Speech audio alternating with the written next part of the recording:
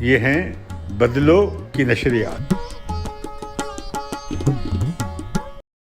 خوش آمدید کہتے ہیں آپ کو انگیخت میں ہوں شاپارہ سلیم امتیاز عالم کے ساتھ بدلو چینل پر. آج کے پروگرام کے موضوع کو جو ہے کافی دلچسپی حاصل ہے. اس کی وجہ یہ ہے کہ وزیر اعظم عمران خان صاحب جو ہیں انہوں نے ملیٹنٹ تنظیموں اور بلوچستان کے علیحدگی پسند تنظیموں کے ساتھ جو ہے وہ بات چیت کا اشارہ دے دیا. کیا اس کا یہ مطلب ہے کہ 14 سال سے جو جاری ملٹری ایکشن تھا وہ ختم ہو سکے گا؟ اور کیا قوم پرست لیڈر جو ہیں وہ آئینی فریم ورک کے اندر کسی سیاسی سمجھوتے پر راضی ہو جائیں گے؟ امتیاز صاحب کیا کہتے ہیں آپ؟ میں سمجھتا ہوں کہ یہ جو بلوچوں کی یہ مزاحمت شروع ہوئی ہے یہ لمبی ترین ہے. اچھا.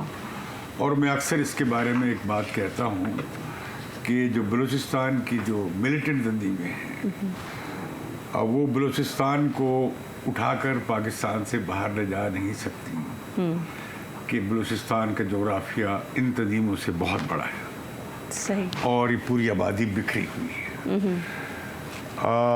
تو چھوٹے چھوٹے اگر گروپ جب مزاحمت کرتے ہیں تو وہ پاکستانی ریاست تو ان پر حاوی ہو جاتی ہے. ٹھیک ہے. دوسری طرف یہ ہے کہ یہ ملیٹنسی ختم نہیں ہو سکتی. اچھا. کیونکہ پاک فوج کے لیے اور ریاست کے لیے بلوچستان کا علاقہ بہت بڑا ہے. ٹھیک ہے. سینکڑوں میلوں پہ گاؤں ہیں یا سیٹلمنٹس ہیں یا جگہ ہیں اور پتہ ہی نہیں لگتا کہ کون کہاں ہے. اس کی جغرافی سے واقفیت بیرونی لوگوں کو تو نہیں ہوتی. ٹھیک ہے. مقامی بلوچ جانتا ہے کون سا پہاڑ ہے کس روم میں گزرا ہے تو نہ انہیں شکست دی جا سکتی. ٹھیک. تو یہ ایک لمبی خوفناک لڑائی ہے جس میں کوئی وکٹر نہیں ہو سکتا. اب نیشنل ایکشن پلان جب بنا تھا، جب پشاور میں آرمی پبلک اسکول پہ حملہ ہوا تھا، بالکل، اور تمام ملک کی پارٹیاں اکٹھی ہوئی تھی، فوجی قیادت اکٹھی ہوئی تھی، ایک نیشنل ایکشن پلان کا اعلان کیا گیا.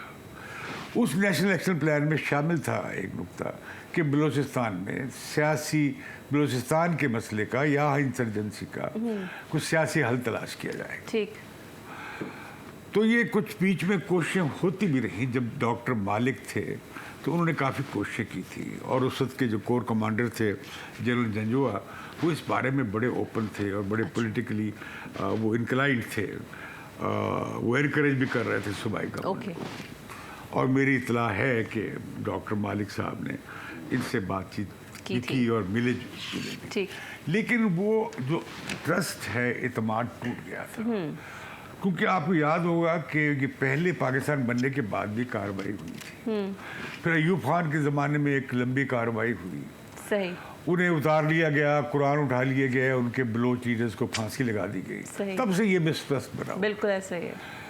اور پھر یہ بھٹو صاحب کے زمانے میں بھی ان کے خلاف کارروائی ہوئی. پھر یہ دوبارہ ضیاء الحق کے زمانے میں بھی ہوئی. اور پھر یہ لوگ چلے گئے، سارے مریض اور دوسرے لوگ چلے گئے، بلوچستان چلے گئے.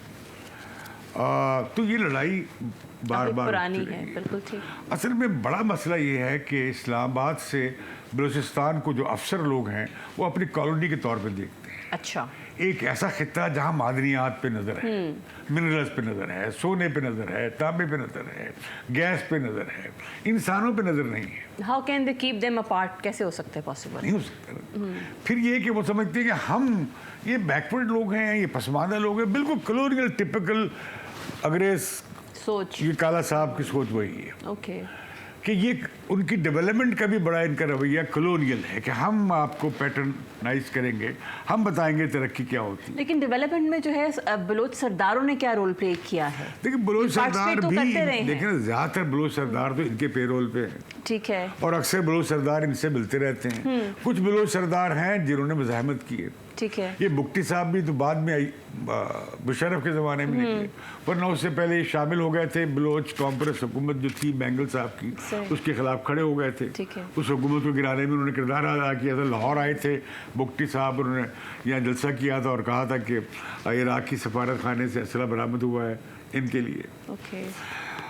تو یہ خیر بخش مرری اور یہ لوگ اور عطا اللہ مینگل اور دوسرے سردار ایسے تھے کچھ جنہوں نے مزاحمت کی، اور یہ بڑے ان میں سے کچھ انقلابی لوگ بھی تھے. एक लंबी मज़ामत भुट्टो साहब के ज़माने में चलती रही। तो ये लोग जो है ना बुनियादी तौर पर इस कलोनियल एटीट्यूड के साथ फिर ये भी सवाल उठाते हैं, वैसे खान कल्लात उठाते हैं कि नहीं ये तो जो एक्सेशन किया गया ज़बरदस्ती किया गया फ़ौज भेज कर, हमने तो नहीं, हम तो अपनी रियासत हमारी बहाल हो गई थी अंग्रेज़ों के राज ख़त्म होने के बाद और हमने ये फैसला नहीं किया था। तो ये भी एक डिस्प्यूट रहा कि भाई वो कहते हैं जी हमारा तो आपसे इल्हाक नहीं हुआ, जिस तरह हम कश्मीर के हवाले से कहा जाता है कि जो इल्हाक जाली था, वो कहते हैं इल्हाक हुआ ही नहीं। यहाँ कहा जाता नहीं हुआ, खान कल्लात थे वगैरह। तो ये एक बड़ी फिर एहसास देखिए ना, सुई कहाँ गैस बुरकटी सुई से निकल रही है लेकिन इस्तेमाल वहाँ पे है नहीं, वो उसका रेवेन्यू कहाँ जाता है, वो कहाँ खर्च होता है। अगर जो गैस पैदा हुई वो बलूचिस्तान के अवाम की तरक्की पे खर्च की जाती है तो ये महरूमी एहसास महरूमी कहाँ रहता। बलोच नौजवानों के लिए तालीम का बंदोबस्त ही कोई नहीं है, कोई बड़े प्रॉपर इदारे ही नहीं है, लेकिन जैसा मुझे लगता है कि सेहत का कोई बंदोबस्त इस्लामाबाद के साथ साथ जो है इसका कसूरवार बलोच लीडर भी हैं, क्योंकि उनको फाइट करना चाहिए था। नहीं देखिए ना, बलोच लीडर तो सेकेंडरी बात है ना, ठीक है, एक वो कहते हैं कलोनियल कब्जा है। ओके, आप देखें ना, जो 90-95% जो है वहाँ के ज़राए से निचोड़ कर आप वफाक के पास ले जाते हैं 18वीं तरमीम के बावजूद। अगर वो 80-90% लोगों के पास जा रहे होते उसमें सरदार भी ले जाते तो अवाम के पास कुछ तो जाता। ठीक है, तो लिहाजा मैं समझता हूँ कि ये बहुत खौफनाक। आपको क्या लगता है इस तरह से कितना अर्सा खींच पाएंगे ये सारी ज़िंदगी लड़ सकते हैं। ओके, कोई जब तक बेगानगी रहेगी तो सारी ज़िंदगी लड़ सकते हैं। और बलोचों में एक बात मामला ये है कि बलोच को आप डंडे से और बंदूक से नहीं दबा सकते। बलोच कौम परस्ती है ही अनाकी है, बिल्कुल ठीक कह रहे हैं। देखिए क्यों ना हम पूछे इसकी तफसीलात। शहजादा जुल्फकार साहब मौजूद है हमारे साथ शहजादा जुल्फकार हैं कोयटा से। वो Pakistan federal union of journalist के प्रेसिडेंट हैं और बलूचिस्तान के हालात पे गहरी नज़र रखते हैं। शहजादा साहब, ये जो इमरान खान साहब ने कहा है कि बलोच कौम परस्त रहनुमाओं और जो अलहदगी पसंद रहनुमा और जो मिलिटेंट लोग हैं जो नाराज़ हैं उनसे बातचीत शुरू होने जा रही है, आपकी इतला क्या है? ये बातचीत क्या अप्रैल में शुरू नहीं हो गई थी पहले ही? सर ये हमारी तो इत्तला ये है कि बहुत ही करीबी जिन लोगों से राब्ते किए गए हैं उनके करीबी लोगों ने भी हमें कंफर्म किया और बिल्कुल आप ठीक कह रहे हैं कि अप्रैल से ये मामला शुरू हुए थे और कोशिशें उससे पहले भी हो गई हैं, हुई थी, लेकिन इस तरह से बाज़ाब्ता उनसे मुलाकातों का सिलसिला शुरू नहीं हुआ था। लेकिन अभी इस अप्रैल में उनसे जो खान ऑफ कलात के जो ये समझ लें कि उनके कज़न है, फर्स्ट कज़न है, उनसे वो दरमियान में थे और उनसे ये बातचीत शुरू हुई। चीफ मिनिस्टर बलूचिस्तान जाम कमाल ये फर्स्ट कज़न है, ये दरमियान में नहीं है, लेकिन ऑन बोर्ड इनको लिया गया कि हम उनको अगर कर लें फिर आपको किसी भी मौके पर जरूरत पड़ी तो आप भी दरमियान में आ जाएंगे, ये इन्होंने यकीन दहानी कराई। उसके बाद बख्तियार डोमकी हैं सर, जो नवाब बुगटी के नवासे हैं और उनका अपना एक आर्म ग्रुप है जो ये सिब्बी और लेडी इस इलाके में और डेरा बख्ती के कुछ एरियाज में वो भी अपनी कार्रवाइयाँ करते रहते हैं। उनको ऑन बोर्ड लिया गया, उनसे राब्ता किया गया और उसके बाद बरामदक बुगटी जो नवाब बुगटी के पोते हैं और इनके कज़न हैं बख्तियार डोमकी के, उनका बरामदक बुगटी का अपना एक ग्रुप है BRA बलोच रिपब्लिकन आर्मी, जो गो के वो डिनाई करते हैं, वो कहते हैं कि मेरी स्ट्रगल पॉलिटिकल है और मेरे पार्टी का नाम बलोच रिपब्लिकन पार्टी है जो एक पॉलिटिकल पार्टी है, मैं उसके लिए कर रहा हूँ, मैं सेपरेटिस्ट जरूर हूँ लेकिन मेरा आम ग्रुप से कोई ताल्लुक नहीं है। इस तरह से मुख्तलिफ डॉक्टर अल्लाह नजर का ग्रुप है BLF बलोच लिबरेशन फ्रंट, इसी तरह बलोच लिबरेशन आर्मी हैरबियान मरी, और वो भी डिनाई करते हैं। सिवाय अल्लाह नजर के बाकी सब डिनाई करते हैं कि हम आर्म ग्रुप में हमारा कोई ताल्लुक नहीं है। जावेद मैंगल हैं जो सरदार अख्तर मैंगल के भाई हैं और वो भी डिनाई करते हैं कि मेरा जो है लश्कर बलूचिस्तान से कोई ताल्लुक नहीं है, लेकिन एक आर्म्ड ग्रुप है जो लश्कर बलूचिस्तान का है, वो भी अपनी कार्रवाइयों में मुलविस है। और अब ये अप्रैल से सिलसिला शुरू हुआ पॉलिटिकल इसकी ओनरशिप नहीं थी कभी कि ये पहली मर्तबा है कि प्राइम मिनिस्टर ने शायद बड़े सोच समझ के ये किया कि मैं बलूचिस्तान के किसी सॉइल पर जाकर बलूचिस्तान के किसी तकरीब में जाके इसका अनाउंस करूं। और इसमें असल मकसद ये था सर कि हमेशा से वो एलिमेंट आड़े आया है जिसको ये खतरा था कि इन लोगों के आने से हमारे लिए बड़ा मुश्किल हो जाएगा कि इस एरिया में हम रहेंगे, या हमारी जो इन्फ्लुएंस है वो एरोड हो जाएगी, हमारी जो एक सपोर्ट है वो एरोड हो जाएगी। उनको एक खतरा था। मसलन अगर हैरप्यार मरी की बात करें तो जो इस वक्त चंगेज मरी जो हैं वो नवाब चंगेज मरी के तौर पर अभी जाने जा रहे हैं, क्योंकि उनके वालिद की मौत के बाद वो सरदार बन गए हैं, नवाब बन गए हैं अपने उसका ट्राइब का। उन्होंने बड़ा अपोज किया कि इनको कभी लेके नहीं आए, और हमारे सामने जो है वो अपोज करते आए हैं। आर्मी चीफ आए थे जनरल बाजवा साहब, उनको उन्होंने कहा कि इनको ना लेके आए, ये ज्यादा खतरनाक होंगे जब इधर आएंगे। और उनके छोटे भाई गजेन मरी आए और गजेन मरी को बड़ा अपोज किया उन्होंने, और बड़े केसेस भी गवर्नमेंट ने इम्प्लीकेट किया केसेस में उनको। तो इस तरीके से ये लोग जो है, इसी तरह बरामदा बुगटी अगर आते हैं तो शाहजेन बुगटी और गोराम बुगटी और आपके सरफराज बुगटी, इनके लिए प्रॉब्लम होगा। तो इसलिए वो नहीं चाहते हैं कि ये लोग आए। लेकिन मेरे ख्याल में अब जो अस्करी क़यादत है उन्होंने ये देख लिया कि मामलात जो हैं ठीक है चल भी नहीं पड़ रहे हैं, और ये लोग जो हैं ये इतना तो कर सकते हैं कि इनको असेंबलियों में ले आए, इनको सेनेट में ले आए, इनको और कोई असल में ये उनको रोक नहीं सके हैं। और जो लोग हैं जो इस वक्त सपोर्ट करते हैं उन ग्रुपों को, उनको ये ला नहीं सके हैं। एक लश्कर भी उन्होंने बनाया, अमन लश्कर भी बनाया, उससे भी काम नहीं चला। तो मेरे ख्याल में क्योंकि अगर सर पिछले साल के शुरू के 6 माह के आप फिगर निकालें तो 20 से 21 इस तरह के वाकयात हुए हैं जो सिक्योरिटी फोर्सेस पे अटैक्स हुए हैं। लेकिन इस साल शुरू के 6 महीने की अगर आप देखें सर 81 वाकयात हुए हैं। 4 फोल्ड जो है वो ज्यादा हुए हैं। तो मेरे ख्याल में ये जब शुरू हो गया था तो उन्होंने कहा कि शायद अब बेहतर है कि उनको एंगेज किया जाए। वो आते हैं नहीं आते हैं, किस बात पर बात होती है वो बात की बात है, लेकिन एंगेज करना बड़ा जरूरी है ताकि हम उनको एंगेज करें। कुछ ना कुछ तो लोग शायद टूट के आ जाएं। और शायद गवर्नमेंट को ये भी था, अस्करी क़यादत को भी ये था कि वो लोग कुछ लोग वहाँ तंग बैठे हुए हैं, उनको अगर हम ले आए, अमन का सिलसिला जो है उन्हीं के थ्रू हम बढ़ा दें, और तो फिर किधरी बात बन सकती है। जी सर। तो ये जो खान कल्लात गए थे तो वो तो जिरगे ने फैसला किया था कि आप जाएं और जाकर कल्लात की आज़ादी का ऐलान करें, और फिर बाद में जब उनसे बातचीत चली तो कहा गया कि खान कल्लात ने कहा कि वो वापस जाए, उस जिरगे से फैसला चाहेंगे। क्या वो जिरगा ने मीट किया और खान कल्लात से कोई ऐसी दरख्वास्त की है? सर ये बिल्कुल आप वो वाली बात कर रहे हैं जो बिल्कुल लास्ट में होगा।